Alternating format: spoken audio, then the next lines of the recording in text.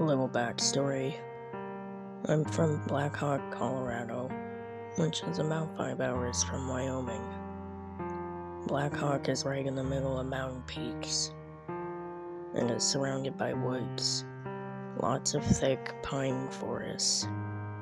It's difficult to walk through the woods unless you know what you're doing and where you're going. This is where I grew up. My girlfriend and I have 2 dogs, Blair and Apollo. Blair is very energetic. She's always right there, wanting to jump on you and play with you. Now, Apollo, on the other hand, is a little more laid back. There was a cemetery about 500 feet from our house. There's lots of graves up there. Some of those graves easily date back to the 1800s. And there's unmarked graves as well.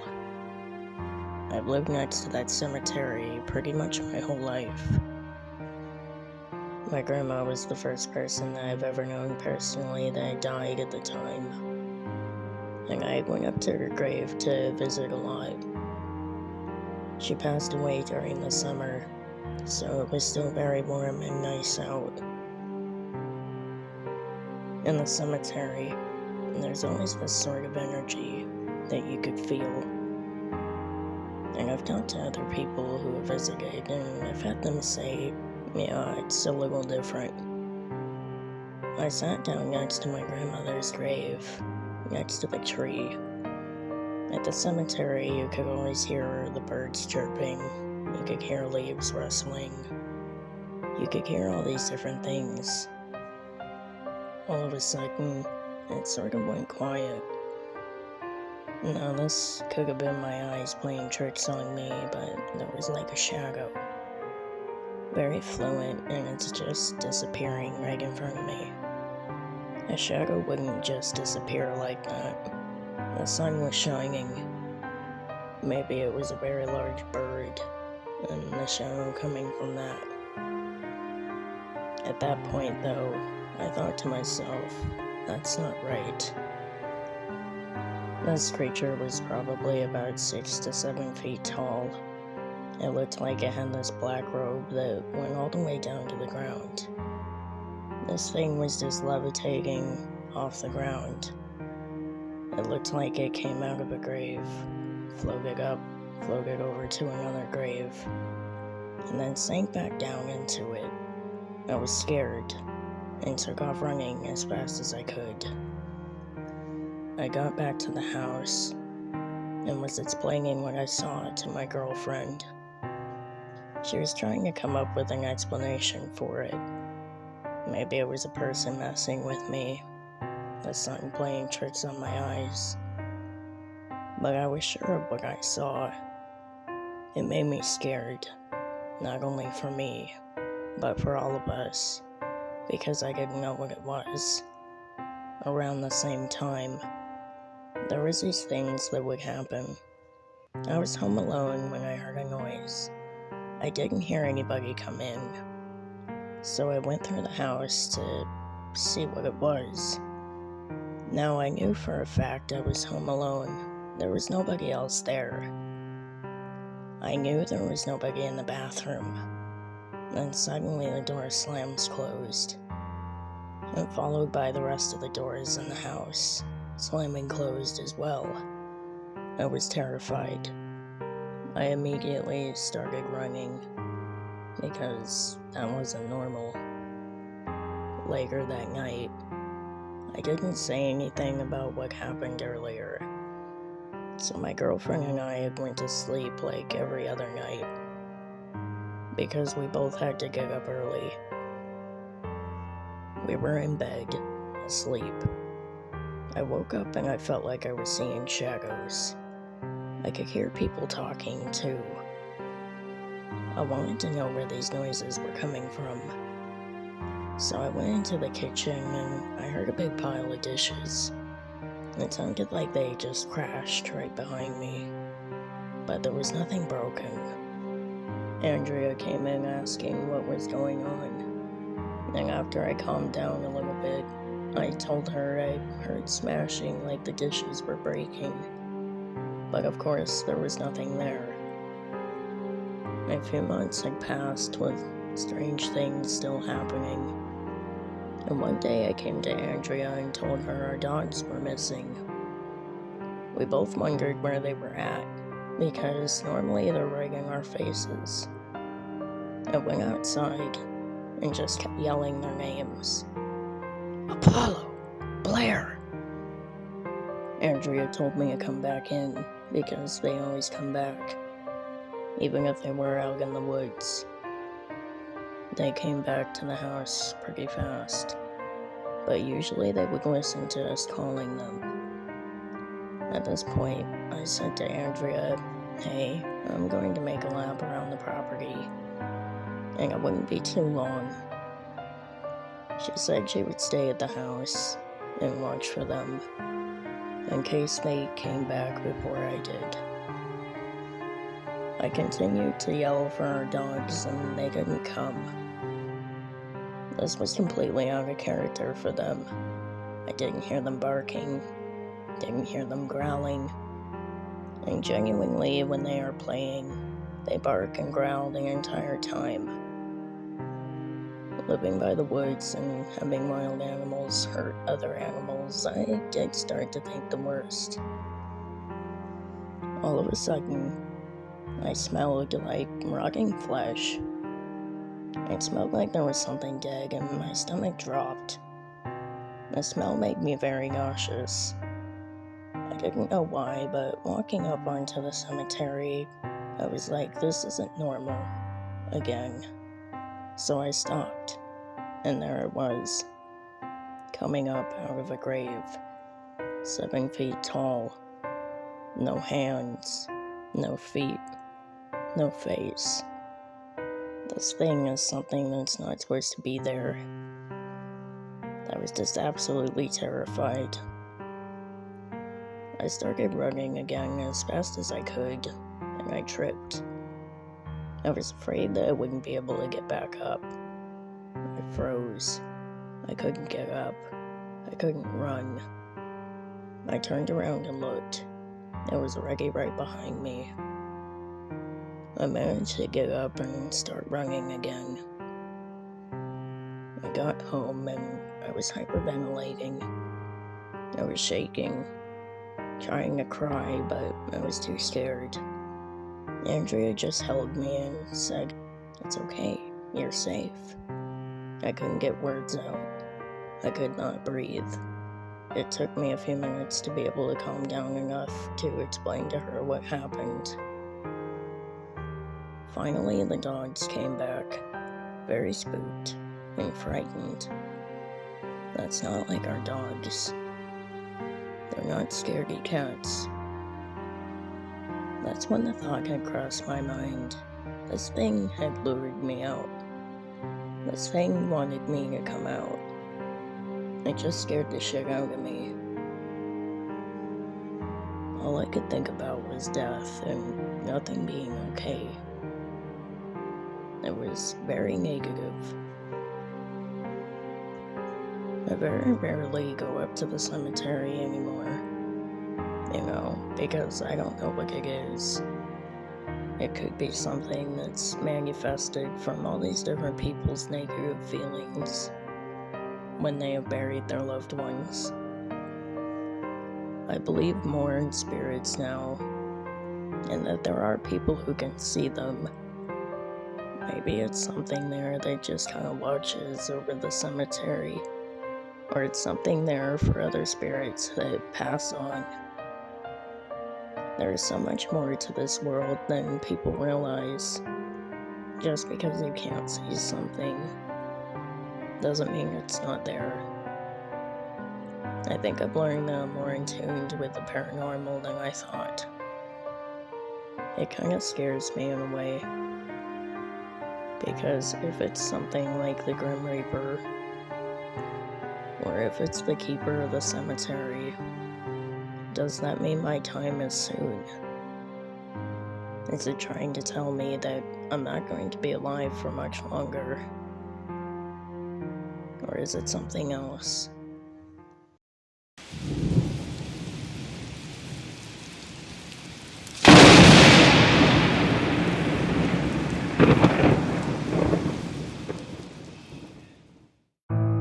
This all happened a few years ago, but it still weighs on me. I live in a small town in rural America, the kind of place where there are woods, farming fields on the outside of town, behind houses and between towns. It was Halloween, and like every Halloween, I stock up on candy and leave my porch light on. That was about the only normal part of my night. It all started with the coyotes going mad. Now, some howling is normal, but not like that. Not that much. As far as coyotes go, they call, some respond, some others call. It can last a bit, and then it just dies down. Oh no, not this night. From about a half hour after sundown, they were at it hard, and it went on for hours. Honestly, made me a bit unnerved the whole time. Now, what is next, I'm not sure about. I've talked to some of those medium and witch types in the following years past. Most of them say this is where I made a mistake. Let it in, as it were. So I will include it here. So after the coyotes going mad for like an hour or two, they eventually died down. I still not had any trick-or-treaters at that point. So when the doorbell rang, I was ready. I opened the door expecting to see a kid, or usually a group of kids in costumes. I opened the door and said, "Welcome!" with a smile, and was about to offer candy. But there was nobody there. I stuck my head out the door and peered about into the darkness, and there was nothing. Not even a car of a parent whose child maybe got scared or something. Made me feel uneasy, and I shut the door and put the candy dish on the small table beside the door and went back to watching YouTube. Next was a small thing. It got cold in my house, like really cold. I didn't think much of it at the time, but this was clearly the first thing that happened inside my house. In response, I just wrapped up in a blanket. Next was a series of small things that happened over the course of a few hours. Some of them I wrote off, others, well, they scared me. First, the candy dish flipped over off the table and onto the floor. Fortunately, it was plastic, so it didn't shatter. I wrote it off at the time. Must have sat it on the table wrong, and a minor vibration from a truck made it fall. That makes sense. Looking back, there were no trucks that big, and I set it squarely on the table. But, you know, anything to feel more secure. Next was knocks in various places throughout the house. I wrote it off as the house settling. I've been told that basically me trying to write this stuff off provoked the spirit to escalate its behavior, which explains what happened next. I began hearing whispering. That's the kind of whispering that you can't quite understood what's being said, but you try to listen closer to understand it. No matter how hard I listened, I never understood it. I admit this one unnerved me. Then there was the footsteps. The halls and other rooms, sometimes right behind me. At this point, I was pretty spooked. I kept a handgun for home defense, a nice 1911. I got it and loaded it and put it on a shoulder holster to keep it on. You might think this might actually scare any kids that showed up looking for candy. It wouldn't. And even if it would, at that point I didn't care. After the occasional form of whispering, I heard my name said clear as day. I searched my house pretty good, but I didn't find anything. That one was pretty bad. The next part put me over the edge. I still sometimes have nightmares about this. The house grew freezing. Like cedar breath. Freezing. And the footsteps started again as the whispering stopped. But they grew more clear. They came from the hall and I could barely hear each footstep. Then, just at the edge of the hall leading to the bathroom and beyond that was the bedroom, it stopped with 2 quick steps. Like someone reaching where they wanted to go. Then I heard my name once more. Clear as crystal. David." I left out of my chair with my gun drawn, ready to get this over with and get someone arrested, or defend myself if need be. What I seen standing there, though, it was like a man, but like made of shadow itself. I could kind of see through it, but not clearly. It was opaque, like smoky glass. Then the voice said, "Won't help you, David." Then a laugh.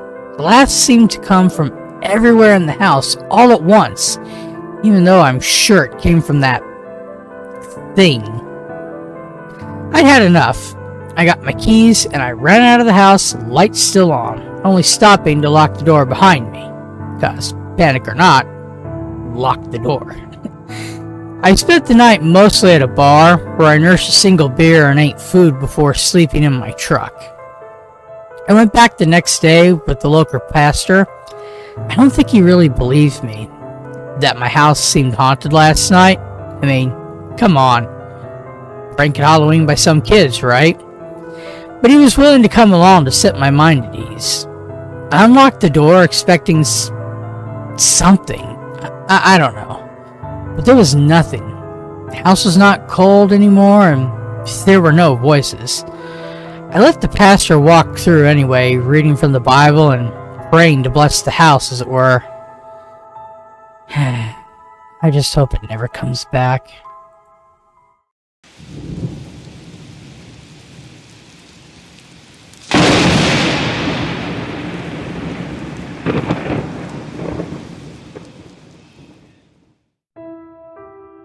So I've been laying here in my bed, scratching at the wall to mess with one of my roommates, and suddenly felt like this is the perfect time to relay one of the stories my prison guard escort told me, shortly after we both saw what we thought was a man lean out from behind some boxes in the tunnel of a prison. I have no reason to think this story was made up, but I can't confirm any details. I will tell this story in the first person to save a little typing, but these are his words, not mine. I used to work night shift when I first started here in the prison. I always signed up for, but never got the Rover job. Rover is a guard that sits in the guard shack and makes rounds twice a shift to check every door and every gate to ensure they are locked, and checks the perimeter fences to make sure they haven't been tampered with. One night, I finally got what I thought was going to be the easiest shift I have ever had. I landed the Rover job. During that shift, my first trip around the perimeter and gates went just fine. Everything was as it should be. However, my second round was a little different. I was patrolling the tunnel access points, checking the gates and doors as I had done earlier that day. In the tunnel, there are 3 books that the Rover must sign to prove they had made their appointed rounds. I had books A and B signed. I just had book C to go. Book C lay down a long and dark corridor. Picture a long hallway with one bare bulb lighting up a patch of the path every 20 or 30 feet. I entered the hallway and closed and locked the gate behind me. As I started to walk towards the book end of the hall, I heard footsteps behind me. I hurried to the first patch of light and looked behind me. No one there. When I stopped, so did the accompanying footsteps, so I wrote it off as an echo. I continued on, and as soon as I exited the patch of light, the footsteps returned. This time, just a little faster. Almost like someone was trying to catch up. Once again, in the next patch of light, I stopped and looked for my pursuer. And again, I saw nothing, and the steps stopped. I turned and looked towards Book C. It's 2 more patches of light away. It actually was in a 3rd patch by itself, like a beacon of safety. I'm starting to get a little nervous about now, so I pull out my flashlight and shine it around. My light illuminates nothing but the damp walls of this part of the tunnel, so I keep on walking. As soon as I left that patch of light, I hear those steps again, only this time, it sounds like they are jogging towards me. I quickly spin around and shine my light towards the sound, and once again, I see nothing. I decided now is not the time to mess around, so I ran to the last light and the book so I can get the hell out of this tunnel. As I reached the book, I could hear the steps sprinting towards me. I quickly signed my name in the book, and as I wrote down the time, I heard a heavy sigh behind me. and right in my ear, a husky voice whispered my name. I slowly turned my head towards the side, and I see nothing. I sprinted out of there, stopping only long enough to lock the doors behind me. I still get goosebumps thinking about it. I can still feel the breath on my ear from when it whispered my name. I put in for a shift change right away, and I never signed up for rover duty again.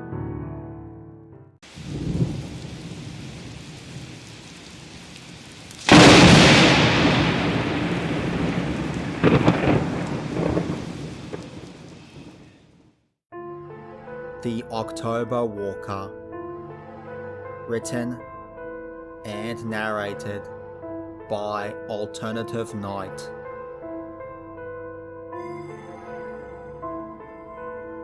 I'm a young farmer who inherited a new home after my grandfather passed away a few months ago.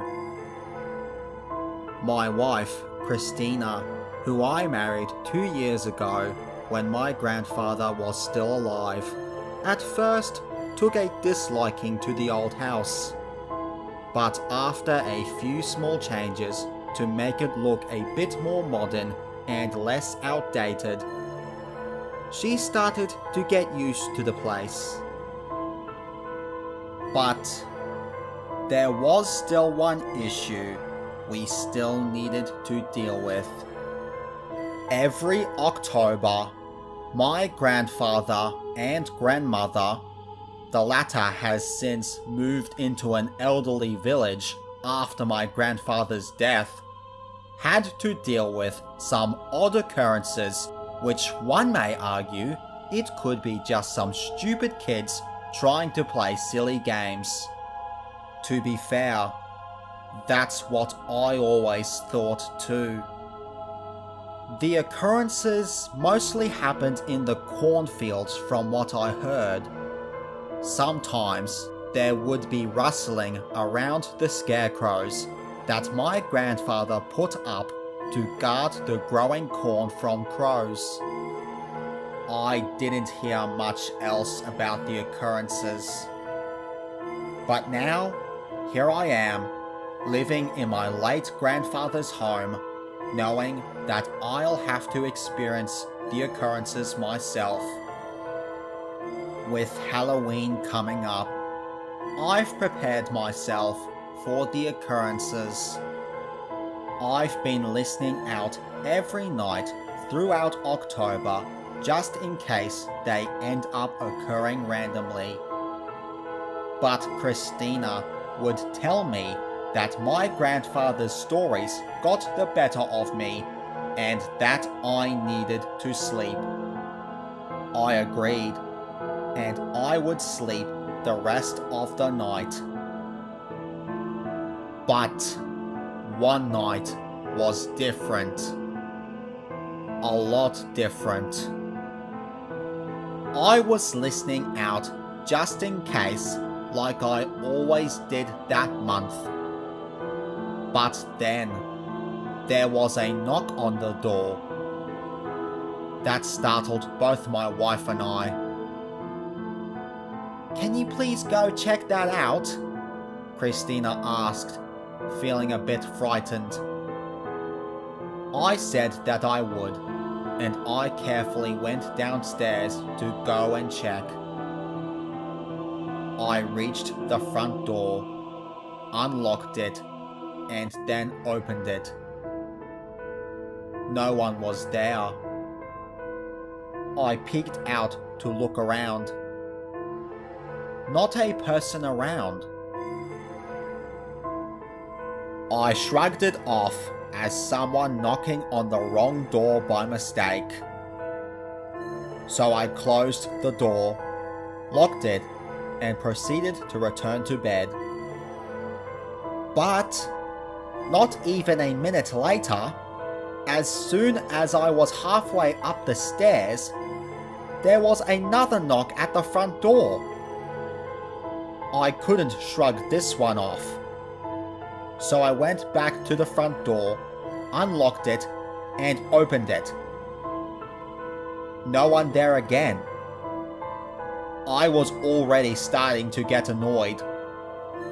"Okay, whoever is there, this isn't funny," I called out. "If you're trying to reach someone, you've got the wrong house. Please leave us in peace. Thank you." I shut the door, locked it back up, and waited for a moment with my hand on the doorknob. As seconds turned into minutes, there was no knock. "Hey Peter," Christina called out from upstairs. "Is everything okay?" "I think so," I called back to her. "I think that stopped the knocking." But as I turned around, another knock came. This made me frustrated. "Oh, for fuck's sake!" I growled as I reached for the doorknob to unlock it. "I told you, you've got the wrong address, so please stop knocking on our door or I'll..." After I opened the door, something stood in front of me. As I saw this thing, my heart dropped. What stood in front of me was a scarecrow. I know this sounds crazy, and it could have been someone dressed like a scarecrow. But trust me, that wasn't the case with the one that stood at our front door. It had a pumpkin for a head, and a bright light glowed from within it, lighting up its eyes and mouth areas. It gave me a large grin as it leaned closer to my face. "I'm sorry, sir," it said in a menacing voice. "Am I interrupting something?" I just stood there, still in shock and horror. I couldn't even scream. I couldn't believe what I was witnessing. I wish it was just a bad dream. But it was so real, as I was wide awake in that moment.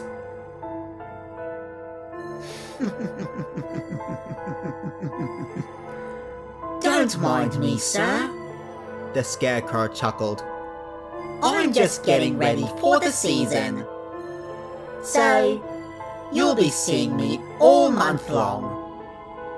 I hope you don't mind. Don't worry.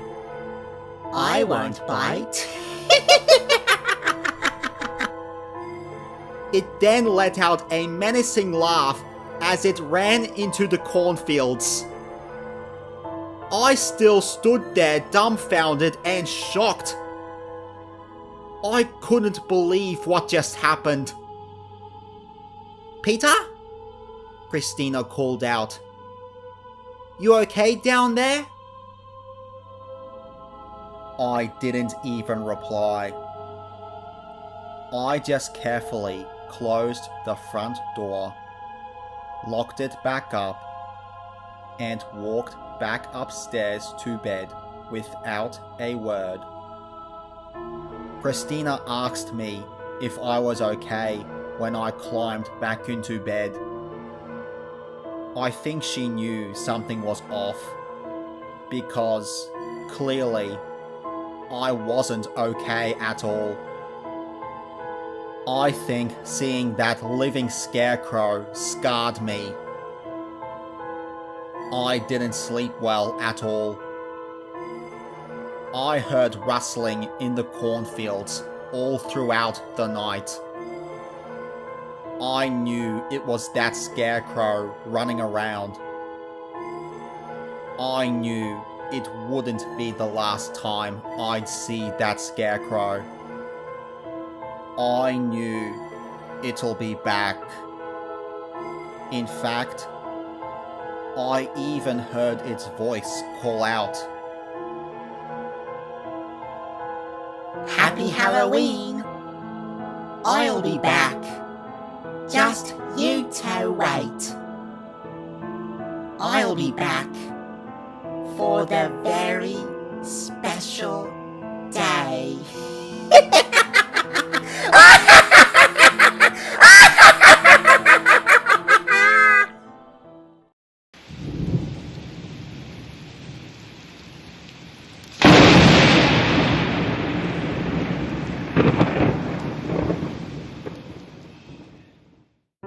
It was a Halloween night, and this was the only thing that I thought could help.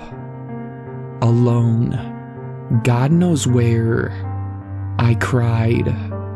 I didn't know where my friends were. I didn't even know where I was. But crying. Fuck. Crying was the only thing that felt good. We had gone out trick-or-treating. Mel was a sheet ghost with glasses. Taylor and Christy were some girls from some dumb movie they liked. Trey was a tiger with like pierced ears and some weird hair. I don't know. I just remember how much fun we were all having. I had worked all year on my costume. Oh, the hours of labor I put into that thing. Who fucking knows what happened to it? I was an astronaut. Like the real deal. Not, hey, let's get a fishbowl and a jumper. No, I had real parts from real spacesuits. It was all a mashup of different suits, but was still authentic. It was real. They all laughed at my idea, but their faces when I came out in that thing, they were mesmerized. I could tell. We had gone around 3/4 of the entire neighborhood at least. My bag was full. I remember because he mentioned it. Him. This house was amazing. We approached and there was a fog machine casting mist out into the lawn. Red lights illuminating the dead bodies in the grass. No one wanted to go up, but I was so excited. So ready to get more candy and show off my suit. I went. I stepped up the walkway, winding through it. On either side of me were zombie animatronics, just screaming and gurgling in my ears. Oh, the porch was just covered in fake blood. So thick in some areas, it was black. I knocked on the door after seeing no doorbell. The anticipation was building. I was so excited to meet the person who set up this awesome display. The door opened. He smiled at me, his bright eyes shining from the red lights behind me. I smiled back, fogging up the glass of my helmet. He said, "Oh, an astronaut, I see. Well, that's the most creative costume I've seen all night." He laughed. It was such a nice thing to say. "Oh, look at all the candy you have. Almost full." I laughed too. I said the normal line, "Trick or treat," and opened my bag. He just stared at me. Then he peered out past me. I turned around to see if the gang had followed me.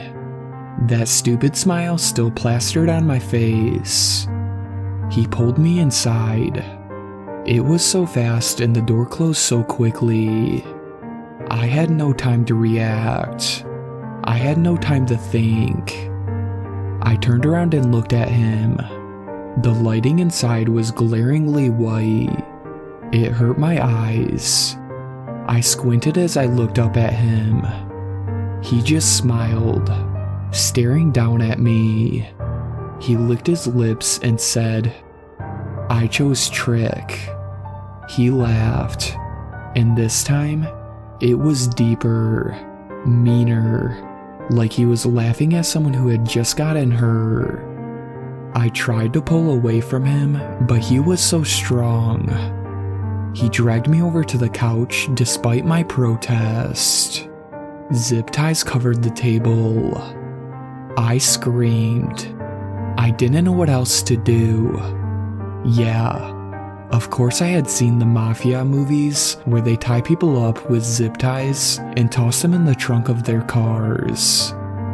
I knew I was in trouble. Next thing I know, there's a knock at the door. Multiple knocks. He quickly took my hands behind my back and zipped them up. Just like those fucking movies. He yanked my helmet off, no doubt breaking something. No matter now, I haven't seen the thing since the night I wore it. There were bandanas on the table, and I already knew what was next. I screamed again, this time calling for my friends. He wrapped it around my mouth and tied it to the back of my head. I had never felt so suffocated. I fell over onto the couch, struggling to breathe, watching him as he walked to the door. I couldn't see the door, but I heard him open it. Before I could get to my feet, he had all of my friends inside. I stood there, waiting. They were talking to him. He had convinced them I had come in because he had a haunted house set up inside, that there were people inside waiting to scare them. He was right. Trey entered first. He saw me. We made eye contact just as this man stepped out from behind him. He wore a gas mask. It was green and perfectly wrapped around his little bald head. His big eyes gazed out at me. He whipped out a can, and just as Trey turned to look at him, he sprayed Trey in the face. I mean, full bore. Everyone screamed. They tried to scatter, but as soon as they took in whatever he sprayed, bam, they hit the floor. I tried to run, but my fucking suit caught this asshole's coffee table. I fell.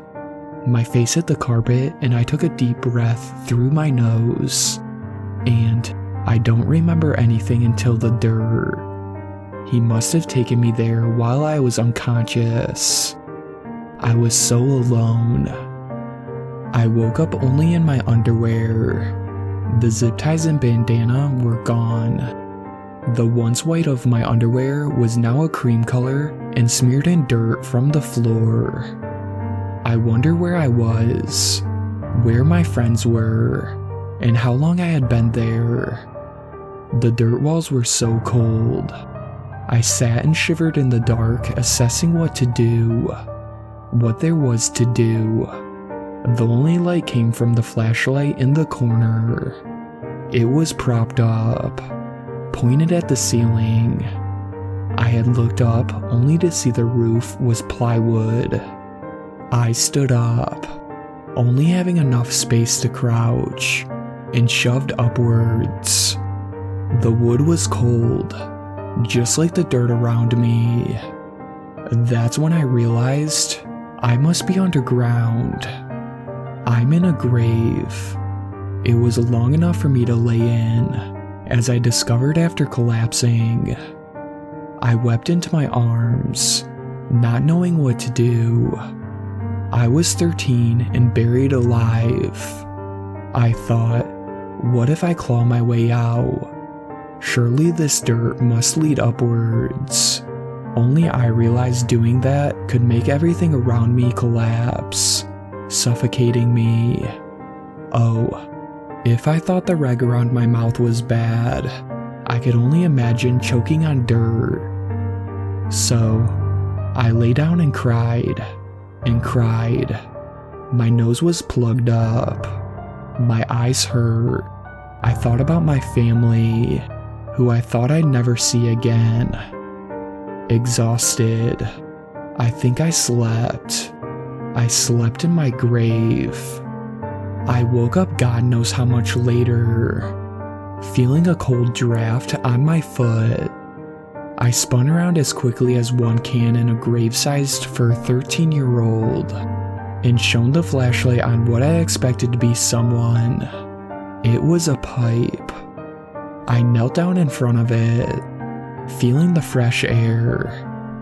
Someone was keeping me alive with this stupid pipe. I was so terrified that I didn't even bother screaming into the thing. I just breathed. I lay down, placing my head next to the pipe, and breathed. It cleared my fuzzy mind a bit, only leading to more panic. I started to cry again. It was all I could do. I had been stripped of everything and buried alive. I don't know how much time passed until I heard a thunk. It was light, but I knew I heard it. Another one, and another. It was coming from above me. I crawled to the corner furthest from the noise. The flashlight aimed up. The plywood shook with each thunk. I thought, Jesus, is he coming to see if I'm dead? I sat in that corner, trembling until the noise was so loud I couldn't take it. I screamed, just screamed. It was no particular word, just a strange, demented sound that came out. Suddenly, the thumping stopped. I paused. I think even my heart stopped for that brief second. The thumping came like thunder. I screamed again, tears just pouring out of me. Light came at the edges of the plywood. I stared at this, shut off the flashlight, and held it like a weapon. So suddenly, I could have had a heart attack. The plywood was ripped off of me. White light came in as it was a cloudy morning. 2 officers stared back at me, looking just as terrified as I was. They both looked at each other, then back to me, and smiled. Alyanna. They reached down and helped me up. I let them. My body had gone limp. They hoisted me to the surface. By my memory, I looked to be about 6 feet underground. I was really in a grave. Looking around, I saw I was in someone's backyard. I knew it was his. I'm not dumb. The officers carried me out to the front through a side yard. I saw the front yard decorations and wept like a newborn. Police tape had been wrapped around the entire place. They loaded me into the ambulance, and I never saw that neighborhood or my friends ever again. Now it's my 23rd birthday, exactly 10 years since I was buried in my own grave. This is the first time I'd ever written down the events of that night, the first time I'd even recounted them. I had moved into a new house as soon as I was released from the hospital. My parents had somehow already moved in that short time span. I still live here, in this quiet little neighborhood, and I wonder, why don't the police ever rescue the little ones I collect and bury in my backyard every Halloween?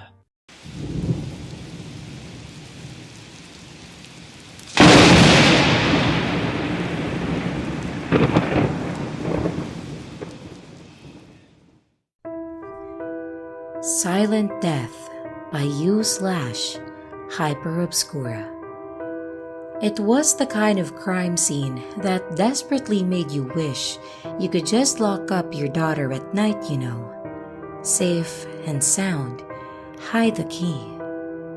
The victim was a mess is what I'm getting at. Limbs torn off, organs missing, deep bite marks of all shapes and sizes on nearly every revealed extremity. And her eyes were wide open. By that I mean they were split in half. More than likely, a deed performed while the victim was still alive and breathing. And the blood. Man, there's blood. And there's blood. You know, sometimes you wonder how much of the stuff a healthy human being could possibly accommodate without turning into a bloated bag of shifting fluids. The room was drenched, I guess is what I'm saying. Not a single dry surface to be found. I knew it the second that I laid eyes on her. Body fresh, blood still dripping, and a natural aura about the place, like a lingering sensation of evil. I was first on the scene, a couple of uniformed officers showing up not a minute later, and at that point, I knew I had no choice. I knew we couldn't leave. So, I did what anyone would do in my position. In a hushed tone, I told the officers that I suspected that the murderer was still in the house, quite possibly hiding, just waiting for us to leave. My decision to split them up, to send them hunting on their lonesome, is something that I'll have to live with forever. Officer Gordon was the first to fall prey to the silent death. I found him in the basement, hanging from a noose fashioned from his own intestines. His eyes were bulbous orbs, a death stare of unimaginable horror. I shook my head, swallowing down chunky pieces of my half-digested meatball sandwich. What a way to go. Still fairly quick though, I'd imagine. Officer McKenna wasn't so lucky. It probably took him several minutes to bleed out from the wound of missing, genitalia. He tried to scream, I suspect, but she made damn well sure to puncture his lungs as well, before removing them completely post-mortem. I found the half-chewed remains in the kitchen, a trail of bits and pieces of both officers, soon leading me directly to her. "Hi there, Pumpkin," I said, running my fingers through her blood-stained hair. "It's way past your bedtime." "I'm sorry, Papa," she whispered apologetically. "I was just so hungry." I smiled and kissed her forehead. "It's okay, sweetie," I said. "Papa's got you." Hey friends, Seven here. Thank you so much for watching. If you enjoyed today's video, please hit that thumbs up and subscribe, for it is greatly appreciated. If you haven't already, don't forget to check out my social media links down below. And as always, remember, Nightfall is upon us.